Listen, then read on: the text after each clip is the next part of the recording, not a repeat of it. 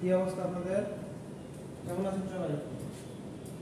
আচ্ছা, most probably last semester ভালোই গেছে আপনাদের, ঠিক না? সবাই তো রেজাল্টের পরে খুশি। আচ্ছা, এই সেমিস্টারে এই কোর্সের প্রথম ক্লাস আজকে আমার, ঠিক আছে? আচ্ছা, কোর্স কোডটা হচ্ছে ট্রিপলি 4217, ঠিক আছে? এটা ইলেকট্রিক কোর্স, অলমোস্ট ফাইনাল ইয়ারের কোর্স, 7 সেমিস্টারের কোর্স। আচ্ছা, কোর্স টাইটেল হচ্ছে মোবাইল সেলুলার কমিউনিকেশন।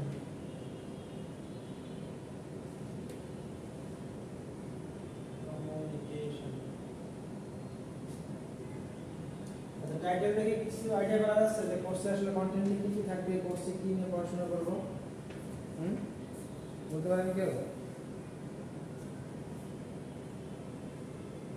আচ্ছা, মোবাইল সেলুলার কমিউনিকেশন কোর্সটা আসলে আমাদের ডেইলি ইউজের একটা খুবই ইম্পর্ট্যান্ট একটা ডিভাইস, যেটা আমাদের পকেটে সবসময় থাকে, মোবাইল ফোন। এই মোবাইল ফোনের বেসিক নিয়ে আমরা পড়াশোনা করব। এই মোবাইল ফোনের ইভলিউশনটা দেখব, এই মোবাইল ফোন কীভাবে ইউজ হলো, কীভাবে আসলো, আইডিয়াটা কীভাবে আসলো, এর ফার্স্ট জেনারেশনটা কেমন ছিল, সেকেন্ড জেনারেশন কেমন ছিল, আস্তে আস্তে আপডেট হওয়ার পর আমাদের কাছে এখন স্মার্টফোন আসছে, 3G আসছে, 4G আসছে, 5G আসছে, ঠিক না? সেই সাথে সাথে ওই ফ্রিকোয়েন্সি স্পেকট্রামের সাথে সাথে ডিভাইসগুলো আমাদের হাতে দিয়েছে, ঠিক তো? তো এই জিনিসগুলো শিখবো। আর এই কোর্সটা খুবই একটা ইম্পর্টেন্ট কোর্স, ইন্টারেস্টিং কোর্স। আর আপনাদের অ্যাজ অ্যান ইঞ্জিনিয়ার এই ক্যারিয়ার পাতেও আপনার এই সেক্টরে অনেক স্কোপ আছে। মোবাইল সেক্টরে আপনি ক্যারিয়ার করতে পারেন অ্যাজ অ্যান ইঞ্জিনিয়ার, ঠিক আছে? আর রিসার্চের ক্ষেত্রেও আপনি এই ক্ষেত্রে অনেক রিসার্চের সুযোগ পাবেন। এখন 4G 5G নিয়ে রিসার্চ চলতেছে, এই জিনিসগুলো সম্পর্কে জানবো। আর কোর্স কন্টেন্ট অ্যাকচুয়ালি কি থাকবে? কোর্স কন্টেন্টে আমরা দেখবো যে ডিজিটাল সেলুলার সিস্টেম, জিএসএম আর্কিটেকচারটা দেখবো। আচ্ছা, জিএসএমটা কি একটু বলে নেই, বারবার জিএসএম ওয়ানটা আসবে, তার শুরুতেই বলে নেওয়া যায়। জিএসএম কি? জিএসএম ফুল মিনিং বলতে পারেন কেউ? Global system for mobile communication. Good, global system for mobile communication. এই জিএসএম আর্কিটেকচারটা পড়বো। অ্যাকচুয়ালি ওই আর্কিটেকচার দিয়ে শুরু এই কোর্সের ভিতরে ঢুকবো আমরা, তখন আমরা আসলে প্র্যাকটিক্যাল লাইফের সাথে মিলাতে পারবো কন্টেন্টগুলো, ঠিক আছে? তারপরে আমরা ইয়ে পড়বো 3G 4G 5G, এগুলো তো পড়বোই, সাথে চ্যানেলের কনসেপ্ট পড়বো, সেল সম্পর্কে আইডিয়া নিব কোর্স থেকে। তারপর আপনার বিটিএস ক্যালকুলেশনটা শিখবো, কীভাবে বিটিএস ক্যালকুলেশন করা যায়, কতগুলো ইউজারের জন্য কয়টা বিটিএস লাগবে। আচ্ছা, বিটিএসটা হচ্ছে বেস্ট ট্রান্সসিভার স্টেশন, ঠিক আছে? এই জিনিসগুলো দেখবো। আর ফাইনালি কোর্স লার্নিং আউটকাম যদি বলি, কোর্স লার্নিং আউটকামটা কি? যে এই কোর্সের শেষে একজন অ্যাজ এন ইঞ্জিনিয়ার আপনারা কী কী শিখতে পারবেন? আপনাকে কমিউনিকেশন সেক্টরের বিভিন্ন প্যারামিটার সম্পর্কে জানবেন। কমিউনিকেশন বলতে এই মোবাইল সেলুলার কমিউনিকেশন, আবার একটা কোর্স কিন্তু অপটিক্যাল কমিউনিকেশন আছে, মিলাই ফেলেন না, ঠিক আছে? স্পেকট্রাম সম্পর্কে জানবো। তারপরে বেসিক কিছু সেলুলার কমিউনিকেশন প্রবলেম সলভ করতে পারবো। আচ্ছা, আর আমরা ওই যে ইয়ার কথা বললাম যে বিটিএস ক্যালকুলেশনটা দেখবো, যে কয়টা বিটিএস লাগবে, ঠিক আছে? বিটিএস ক্যালকুলেশন দেখবো। তো বিটিএস ক্যালকুলেশন করার আগে টেবল ইউজ করবো, একটা এনলার্ন টেবল আছে, এনলার্ন টেবল। ওই টেবলটা ইউজ করে আমরা বিটিএস ক্যালকুলেশন দেখবো, ঠিক আছে? এটা আমরা দেখবো। ফাইনালি আমাদের এই কোর্সের নলেজটা আমরা প্র্যাকটিক্যালি যদি ইমপ্লিমেন্ট করতে পারি, কোন কোন সেক্টরে ইমপ্লিমেন্ট করতে হবে সেটা আমরা শিখবো, ঠিক আছে? এই হচ্ছে কোর্স লার্নিং আউটকাম। আচ্ছা, এই কোর্সের শুরুতে আমি একটু বেসিক কিছু জিনিস আপনাদের জিজ্ঞাসা করি। আচ্ছা, সবার হাতে তো মোবাইল ফোন আছে, ঠিক না? মোবাইল ফোন ছাড়া তো একটা দিনও কল্পনা করা যায় না, রাইট? ঘুমাতে গেলে মোবাইল ফোন, ঘুম থেকে উঠে মোবাইল ফোন, সারাদিন মোবাইল ফোন। আর মোবাইল ফোন ছাড়া যদি বাসা থেকে বেরোন, মনে হবে কোনো একটা ইম্পর্টেন্ট জিনিস চলে আসছে, ঠিক আছে? খুবই নেসেসারি একটা জিনিস হয়ে গেছে। আচ্ছা, এই মোবাইল ফোনের মানে প্রশ্নটা এমন যে how much do you know about your cellular phone, ঠিক আছে? এই সেলুলার ফোন সম্পর্কে বা সেল ফোন সম্পর্কে তোমার কতটুকু আইডিয়া আছে? শুধু Facebook, Messenger, Twitter, WhatsApp use করলাম, এইগুলো না। এই মোবাইলের ব্যাক এন্ডে কি কাজ করতেছে, এই মোবাইলের ব্যাক এন্ডে কিছু ইনফরমেশন আছে।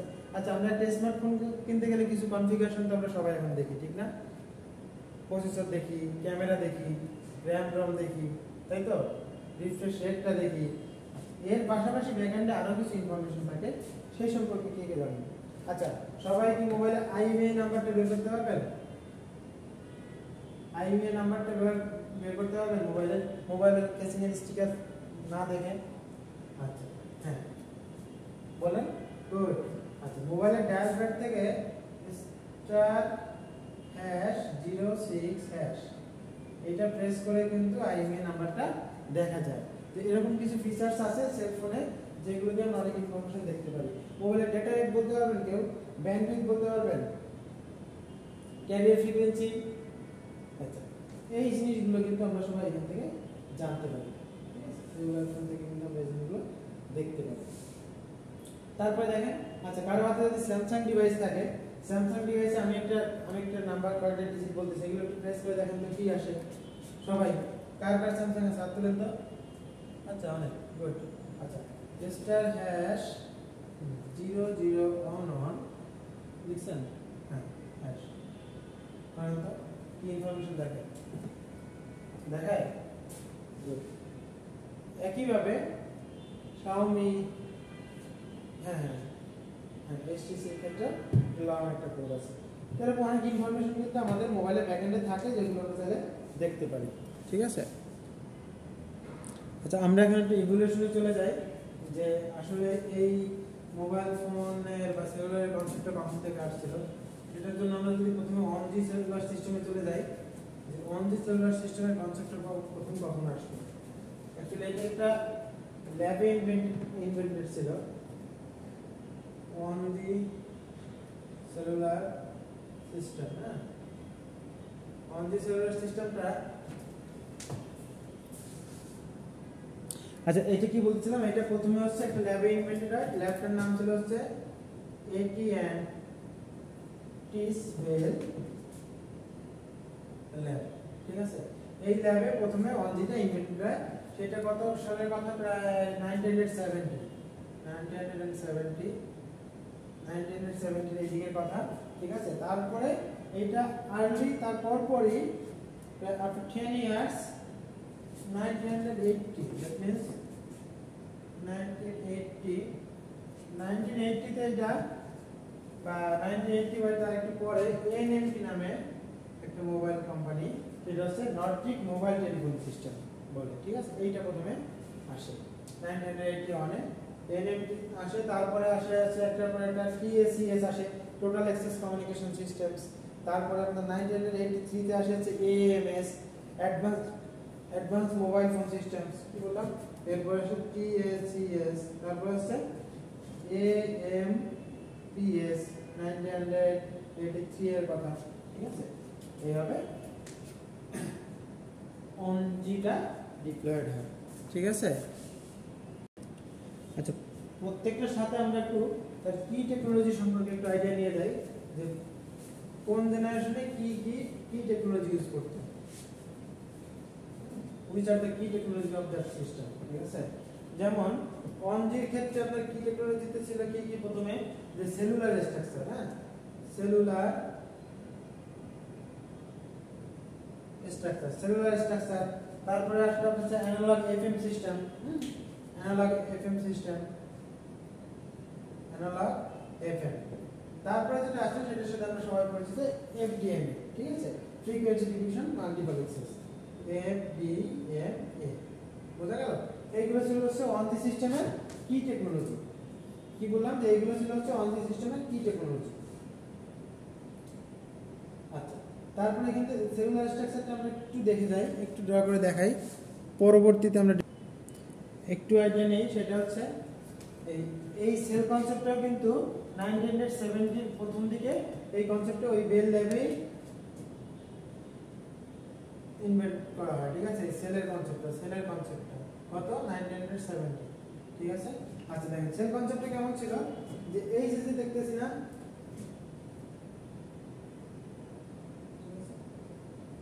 এই একটা সেল, এইগুলোকে একটা সেল বলতেছে। আচ্ছা সেলের ভিতরে কি থাকতেছে দেখেন, সেলের ভিতরে একটা বেজ স্টেশন থাকবে, সরি বিএসটা হচ্ছে বেজ স্টেশন, একটা বেজ স্টেশন থাকতেছে, সেই সাথে একজন ইউজার থাকতেছে। আমি যখন ইউজার, আমি একটা সেলের সাথে কানেক্টেড থাকবো, একটা সেলের ভিতরে যখন বেজ স্টেশন থাকতেছে আমি সেলের সাথে কানেক্টেড থাকতেছি। এটা হচ্ছে সেল কনসেপ্টের ইয়ে, ঠিক আছে? একজন ইউজার থাকবে, বেজ স্টেশন থাকবে। এই কনসেপ্টটা প্রথমে ওই 1970 তে বেল ল্যাবে দেওয়া হয়, ঠিক আছে?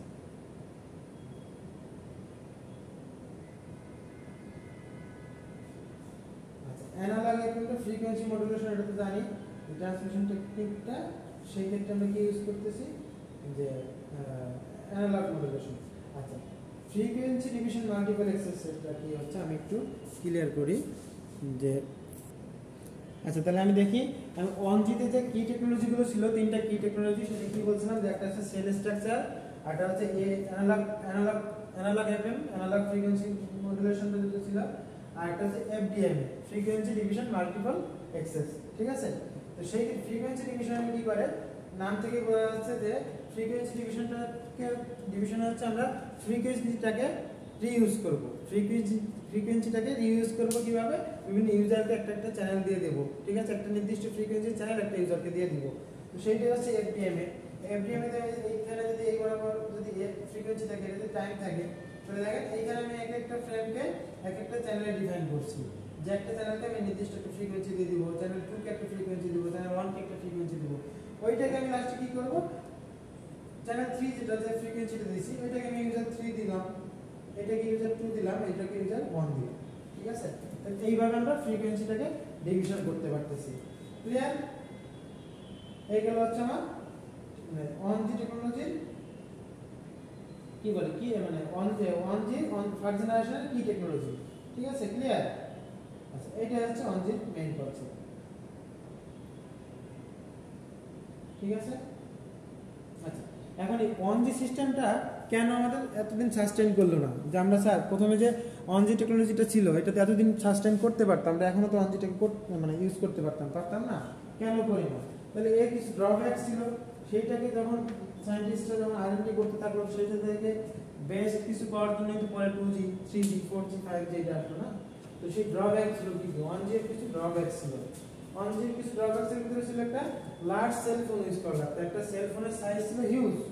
প্রথম যে সেল ফোনটা ইউজ হয়তো আপনার গুগল করে দেখে নিয়ে যে সেল ফোনের সাইজটা কেমন ছিল, হিউজ একটা সাইজ ছিল, অনেকে মিলে ফোনটাকে আনা লাগতো, তারপরে কথা বলা লাগতো। তাহলে কি গেল একটা যে সেল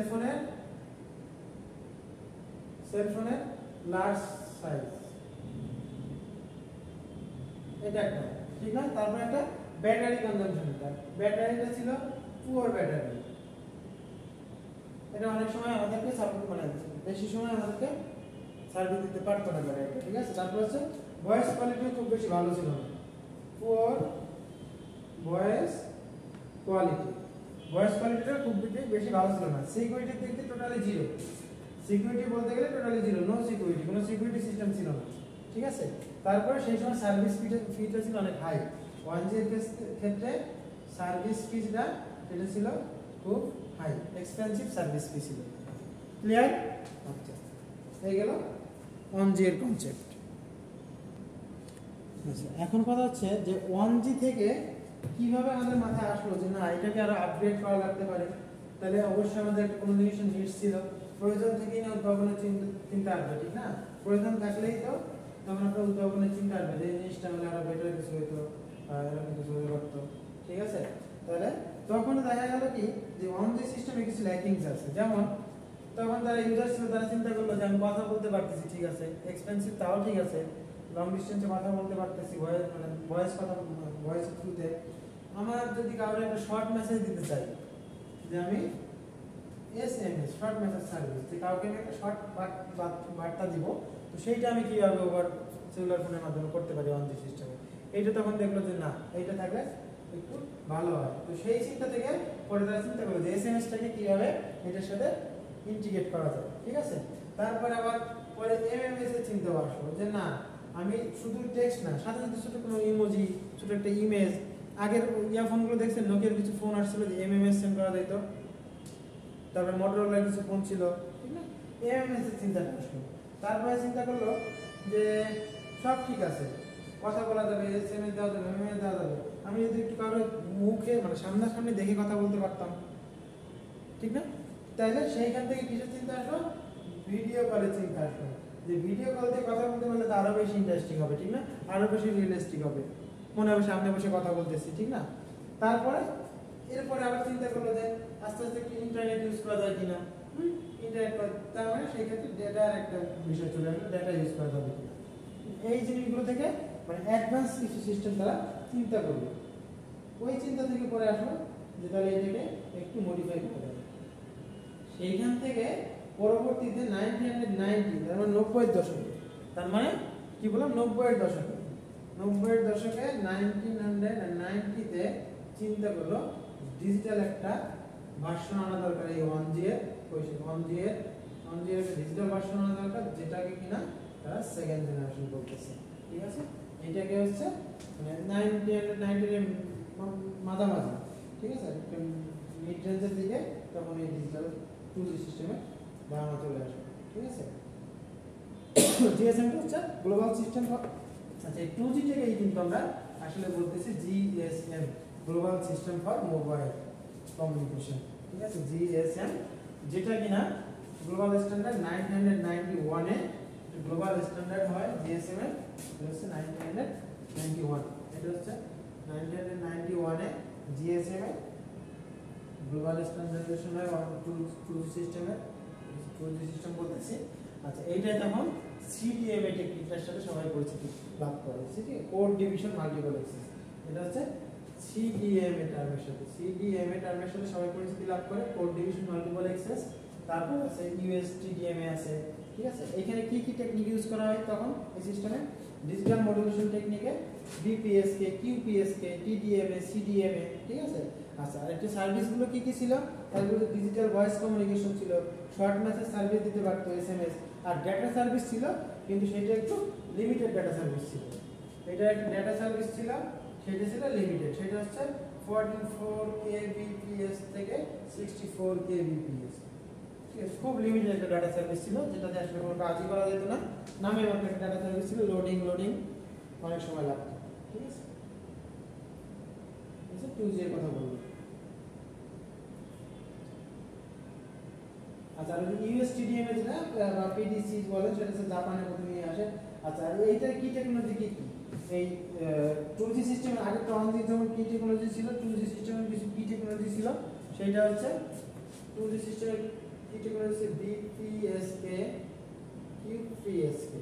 ঠিক আছে, বিপিএসকে, কিউপিএসকে মানে হচ্ছে ডিজিটাল মডুলেশনের পার্ট, ডিএম এর পার্ট, ডিজিটাল মডুলেশনের ভিতরে বিপিএসকে, কিউপিএসকে। আচ্ছা তারপরে ছিল হচ্ছে টিডিএমএ, CDMA, time division, code division, time division multiple access, code division multiple access. এই জিনিসগুলো ছিল হচ্ছে 2G কি টেকনোলজির ভিতরে। ঠিক আছে, ক্লিয়ার? আচ্ছা আমরা যদি এখন ওই ফ্রিকোয়েন্সি ডিভিশন মাল্টিপল অ্যাক্সেসের মধ্যে এফডিএম এর মতো কোনটা এই সিডিএমএ বা টিডিএমএটাকে দেখি, তাহলে কেমন দেখা যায় একটু দেখি। আচ্ছা এইটা কিছুই না, আগেরটা হচ্ছে ফ্রিকোয়েন্সিটাকে আমরা স্লট করছিলাম, এবার যেটা করব টাইমটাকে স্লট করে দিব। ঠিক না, টাইমটাকে একটা টাইম স্লটকে একজন ইউজারকে দিয়ে দেবো যে এই টাইম স্লটটা তুমি নির্দিষ্ট সময়ের জন্য ইউজ করতে পারবে। এইটা হচ্ছে টাইম ডিভিশন মাল্টিপল অ্যাক্সেস টিডিএমএ। এই যে একটা ইউজার 1, ইউজার 2, ইউজার 3 দিয়ে দিলাম। আর তারপরটা হচ্ছে কোড ডিভিশনে সিডিএমএ তে হচ্ছে কোড স্প্রেড করে দেব, যে একটা নির্দিষ্ট কোড দিয়ে দিব, একটা কোড স্প্রেড করে দিব, যেটা কোড 1টা একজন ইউজার, কোড 2টা একজন ইউজার, এই কোড 3টা একজন ইউজার, এভাবে সেই সিডিএমএ টা আসে। ঠিক আছে, আচ্ছা আর বললাম কি ডেটা সেট, আর আচ্ছা এই গেল একটা, আর কি ছিল এইটা সুযোগ সুবিধার ভিতরে? এসএমএস বলছিলাম, আর হচ্ছে ডেটা সার্ভিস বলছিলাম। ঠিক না, ডেটা সার্ভিস হচ্ছে 14.4 kbps থেকে 40 kbps, এই 64 kbps, রাইট? আচ্ছা তাহলে 1G তে যদি ড্রব্যাক থাকতে পারে, তাহলে 2G তে কি কোনো ড্রব্যাক থাকবে না, লিমিটেশন থাকবে না? অবশ্যই ছিল। এটা লিমিটেশনের ভিতরে কি ছিল, যে লিমিটেড একটা ডেটা রেট ছিল 2G সিস্টেমে, সেটা হচ্ছে 100 kbps পর্যন্ত, ওই যে 64 বলবো ওটাকে 100 kbps পর্যন্ত বলতে পারবো। আর ডাউনলোড হইতো 1 ঘন্টা পর্যন্ত সর্বোচ্চ 800 MB পর্যন্ত ডাউনলোড হইতো। ঠিক আছে, আর আচ্ছা আচ্ছা ভিডিও কলটা খুবই বাজে ছিল, যেটার জন্য আসলে এই 100 kbps দিয়ে কোনো ভিডিও কল ঠিক মতো করা যাইতো না। এটার জন্য আসলে আমাদের দরকার ছিল হচ্ছে মোর দ্যান 1 Mbps। ঠিক আছে, এটা কিন্তু এটা একটা লিমিটেশন ছিল, যেটা 2G তে ছিল না। বোঝা গেল? তাহলে দেখেন সবাই খেয়াল করেন যে 2G আর 1G কম্পারিজন যদি করি তাহলে কি আসে এটা। আচ্ছা ইউজারের কথা একটু বলে রাখিনি, যে 1G তে ছিল হচ্ছে 20 মিলিয়ন। ঠিক আছে, তাহলে টোটাল ইউজার সংখ্যা প্রায় 0.5 5% ছিল যারা মোবাইল ইউজ করতো 80 শতকের কথা। 90-তে যখন 2G আসলো তখন 220 মিলিয়ন থেকে 700 মিলিয়ন হয়ে গেল, তার মানে 11%। ঠিক আছে। আচ্ছা ভয়েস টাইপ তো 1G তে 2G তে দুইটাতেই ভয়েস ছিল, কিন্তু 1G এর ভয়েসটা ছিল অ্যানালগ টাইপ আর 2G টা ছিল ডিজিটাল টাইপের ছিল। ঠিক আছে। আর এটা ট্রান্সমিশনটা ছিল 1G তে FM, 1G তে FM ছিল, 1G তে FM আর ওইটা 2G তে ডিজিটাল ট্রান্সমিশন টাইপ ছিল। SMS কোনটা ছিল? আমরা 1G তে SMS দিতে পারতাম না, 2G তে SMS দিতে পারতাম। MMS 1G তে দিতে পারতাম না, 2G তে MMS দিতে পারতাম। ভিডিও কলটা 1G তে দিতে পারতাম না, 2G তে দিতে পারতাম, কিন্তু কোয়ালিটি খুবই লো। ঠিক আছে। আচ্ছা ডাটা রেটটা 1G তে টোটালি ছিল না, আর 2G তে ছিল 14.4 kbps থেকে 64 kbps পর্যন্ত। ঠিক আছে। এটাতে 1G আর 2G এর কম্পারিজন যদি দেখি। ঠিক আছে। আচ্ছা এখন কথা হচ্ছে স্যার তাহলে কি 2G তে আসার পরে মানুষের চাহিদা সব মিটে গেল? ঠিক না? 2G তে কি মানুষের চাহিদা সব মিটে গেল? না, 2G তে আসার পরে মানুষের আরো কিছু প্রয়োজন মনে করলো, যে আমাদের যে ডেটা রেটটা লিমিটেড, ডেটা রেটটাকে ইনহ্যান্স করতে হবে, ভিডিও কলের কোয়ালিটি ইমপ্রুভ করতে হবে। আর ডেটা রেট যদি ফাস্ট হয় তাহলে আমরা ডিজিটাল মানে ইন্টারনেটের ইউজটাও আমরা বাড়াতে পারবো, যে কোনো পেজ তাড়াতাড়ি লোড হবে, যে কোনো ইনফরমেশন তাড়াতাড়ি গ্যাদার করতে পারবো। ঠিক আছে। তো সেইখান থেকে, সেই কনসেপ্ট থেকে, এবং এই যে আমরা এখন যে ফোনের face to face phone call করি, 4G ফোন থাকলে কিন্তু কল জেনারেট করা যায়, ভিডিও কল, ঠিক না? তো এই জিনিসগুলোর কনসেপ্টগুলো কিন্তু এই 2G এইখান থেকে আসে, পরে আস্তে আস্তে সেটাকে আমরা 3G তে আনি, 3.5, 4G, 5G এরকম চলে আসে। ঠিক আছে। আচ্ছা আর আমি কি বলবো, এই 2Gটাই কিন্তু আমাদের GSM। ঠিক আছে, প্রথমেই বলছিলাম। তার মানে আমরা নেক্সট ক্লাস শুরু করবো। আচ্ছা 3G 4G আমরা লাস্টের দিকে পড়বো, আপাতত আইডিয়া দিয়ে রাখলাম। এখন আমরা নেক্সট ক্লাসে যেটা শুরু করব, GSM থেকে শুরু করব। GSM এর আর্কিটেকচার পড়বো প্রথমে। GSM এর আর্কিটেকচারের ভিতরে কি কি কম্পোনেন্ট থাকতেছে, কোনগুলো ম্যান্ডেটরি থাকতেছে, সেই সম্পর্কে পড়বো। সেইখান থেকে চ্যানেলের কনসেপ্টে চলে যাব, তারপরে সেল প্ল্যানিং এ যাব। সেল প্ল্যানিং থেকে এনলাং টেবল ইউজ করে আমরা BTS কাউন্ট করা শিখবো, মানে BTS ক্যালকুলেট করা দেখবো। ঠিক আছে। নেক্সট ক্লাস আমরা GSM আর্কিটেকচার দিয়ে শুরু করব। আর GSM আর্কিটেকচার ঢুকলে অনেক মজা পাবেন, কোর্সটাতে অনেক ইন্টারেস্ট পাবেন, যে আসলে তখন আমরা প্র্যাকটিক্যাল লাইফের এই কথাগুলো নিয়ে কথা বলবো, যে আমরা তারপরে এখানে hard hand over, soft hand over একটা বিষয় আসবে না, যে আমরা মোবাইলে কথা বলতে বলতে অনেক সময় কল ড্রপ আউট হয়ে যায় না, এই জিনিসগুলো মজা। আমরা অনেক সময় কল ড্রপ আউট বলে কিন্তু আসলে ঘটনাটা জানি না যে কী ঘটতেছে। ইন দ্যাট কেস সে কিন্তু ওই যে BTSটা চেঞ্জ করে, সে যে তার এরিয়ার ভিতর থেকে এরিয়া থেকে আরেক এরিয়া যখন চলে যায় তখন BTSটা চেঞ্জ করে, তখনই এই কানেকশন বিল্ড আপের ক্ষেত্রে প্র্যাকটিসের কারণে হ্যান্ড ওভার করা, কল ড্রপ আউট।